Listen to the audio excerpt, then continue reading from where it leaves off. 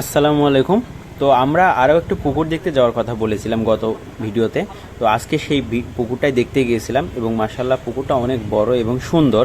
পাশাপাশি পানি দেওয়ার জায়গা আছে এবং পানিও খুব সুন্দর, পুকুরের বাওরও সুন্দর, ঘেরা আছে, যা পছন্দ হওয়ার মতো পুকুর। তবে সমস্যাটা হচ্ছে পুকুরটা একটু দূরে হয়ে যায়। যদিও দূরে হলেও সমস্যা নাই, কেন ওখানে লোক দেখাশোনার মতো লোক আছে। তো আমরা চিন্তা ভাবনা করলাম যে হ্যাঁ, এই পুকুরটা নেওয়া যেতে পারে, পুকুরটা খুব সুন্দর আছে।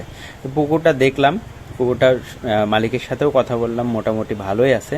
তবে দেখি খুব শীঘ্রই আমরা এই পুকুরটা নিয়ে কথা বলবো বা এই পুকুরটা নিব। তার আগে আমরা হাঁসের যে প্রজেক্টটা হাতে নিয়েছি সেটা কমপ্লিট করার ইচ্ছা আছে। এই কারণে আমরা পুকুরটার প্রতি খুব একটা জোর দিচ্ছি না, তবে পুকুরটা খুবই সুন্দর, পুকুরটা খুব ভালো, আমাদের পছন্দ হয়েছে। তো পুকুর দেখে আসার সময় আমরা আবার একটা মজার দৃশ্য পেলাম বা মজার জিনিস পেলাম, যেটা অনেক দিন আমাদের গ্রামে দেখি না, আগে হতো। সেটা হচ্ছে বেহুলা লক্ষিন্দারের গান।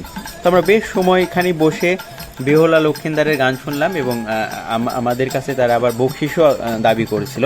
তবে মজার ব্যাপার হচ্ছে আমার কাছে সেরকম পরিমাণ টাকা না থাকে, আমি তাকে বকশিস দিই এবং পরে দেওয়ার প্রতিশ্রুতি দিয়েছিলাম, যদিও পরে আমরা দিতে ভুলে মনে নাই বা দিতে পারিনি।